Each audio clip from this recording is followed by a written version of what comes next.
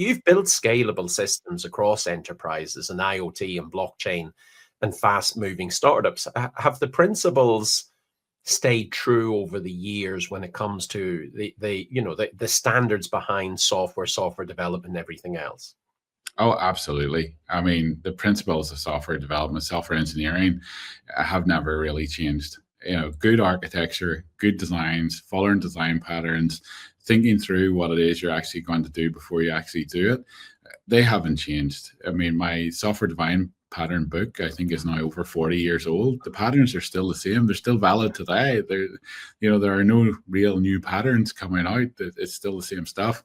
If you look at how the JPL built software for rockets, they were designed mostly on paper before somebody had that job of typing the code in. This was seen as the little bit of programming that you did at the end, but all the work was actually in thinking through how it was going to behave, having the requirements up front, thinking through the system behavior, doing the design, doing the architecture, working through how the code is going to behave, thinking through all the edge cases, and then small bit was typing it in at the end.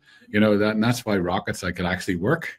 So these principles haven't changed. You need to think about what it is you're doing, understand the business requirements clearly before you actually get started.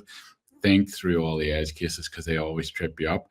But that's the same in all domains and will always be the same in software development as far as I can see for the foreseeable future.